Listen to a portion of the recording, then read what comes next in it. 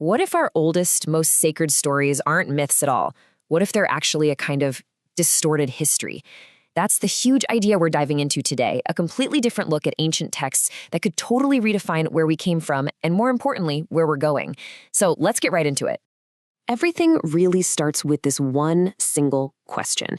Just think about it for a second. What if our brains, our full cognitive abilities, have been deliberately capped? And if that's true, well, who did it and why? That's the central mystery we're going to try and unpack. So here's the main idea, the core thesis. Forget divinity. The argument we're looking at is that our ancestors met beings who were so technologically advanced, their work just seemed like magic. You know, they called them gods, but the reality might have been way more, well, biological and mechanical. Okay, so you're probably thinking, that's a pretty wild claim. Where do you even start looking for evidence? Well, this analysis begins by looking at creation myths from cultures all over the world, cultures that had zero contact with each other, to see if there's some kind of shared global memory. First up, let's look at a Nigerian Edo myth. Now, pay attention to the key parts here. You've got beings coming down from the sky, a planet that's completely covered in water, and a mission to terraform it, to get it ready for us. Now, let's jump halfway around the world to the Philippines. And what do we find? A strangely similar story. Again, a flooded world, but this time, look at how they do it. A powerful whirlwind, a vortex of wind, is used to literally reshape the planet. And that brings us to the ancient Sumerians, one of the cradles of civilization. Their oldest texts, they describe the exact same scenario: sky beings, a water world, and using powerful winds to engineer the land. You see the pattern here. It's getting kind of hard to ignore. So let's just lay it all out. Across different continents, different centuries, these core elements keep popping up. A waterlogged planet, beings from the sky on a terraforming mission, and this weirdly specific detail about using powerful winds. The argument here is that this isn't just a coincidence. It might be evidence of a collective memory of one single planet-wide event. And this brings us to the absolute heart of the argument. What if the most famous creation story of all, the book of Genesis, is telling the exact same story, but we've been mistranslating the key technological terms for thousands of years? Let's start with this one Hebrew word, ruach. Now, in Genesis, the ruach of God moves over the face of the waters. And for centuries, this has been translated as spirit. You know, beautiful, poetic, ethereal concept. But what if that translation is just plain wrong? This reinterpretation argues that ruach isn't a spirit at all. It's a physical, technological object, a flying machine that creates a powerful wind. You know, just like that vortex in the Filipino myth and the four winds of the Sumerians. And the evidence for this tech-based view is pretty fascinating.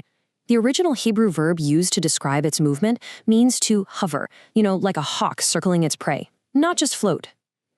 Then you have the prophet Ezekiel, who gives this incredibly detailed, almost mechanical description of a ruach he actually boarded.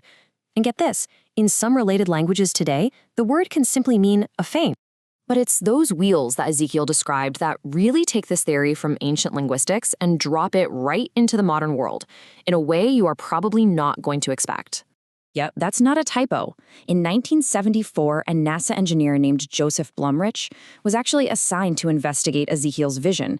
And he found the description of the wheel within a wheel so mechanically sound, he went and successfully patented the design. NASA patented a device described in the Bible. And this right here just perfectly illustrates the problem with the traditional view. It forces you to ask a very simple but very difficult question.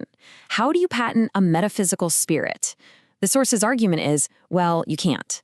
But you can patent a machine. All right, let's move on to the next key term, kavod. Traditionally, we translate this as the glory of God. But again, the literal root meaning is totally physical. It means something heavy, something with mass.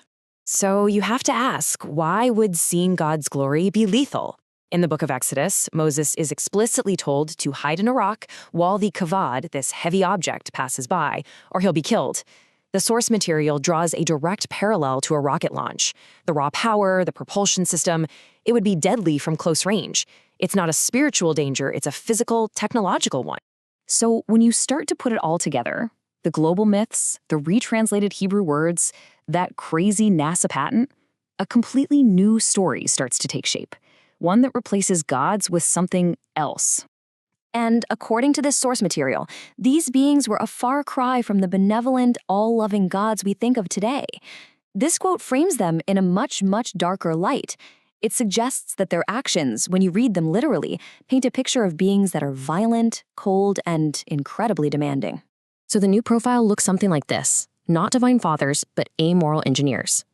According to this theory, they used their own advanced genetics to create a workforce, and then they intentionally limited our brain capacity to keep us docile and easy to manage. They basically treated us with the same empathy we might show to lab rats. Okay, so that's a fascinating, but let's be honest, pretty disturbing story. But the source argues it's not just about the past. This reinterpretation has huge implications for how we see ourselves and our future right now. Look, the old story casts us as flawed, subservient beings, totally dependent on a powerful and, frankly, often frightening deity. This new story reframes us as a race with a powerful genetic heritage whose potential has been artificially suppressed.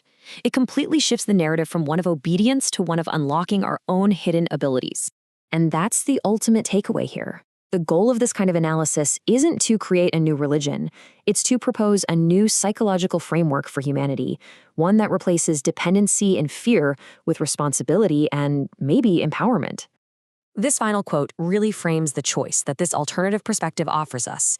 It's asking us to think about which story actually serves our evolution as a species better. One where we're born to serve a master, or one where we're born to become masters of our own destiny. And so, that's where we'll end it. If the limits that were placed on our brains aren't natural, but artificial, if they can actually be overcome, then the question is no longer who we are, but who we could be. If our potential really is limitless, what will we choose to become?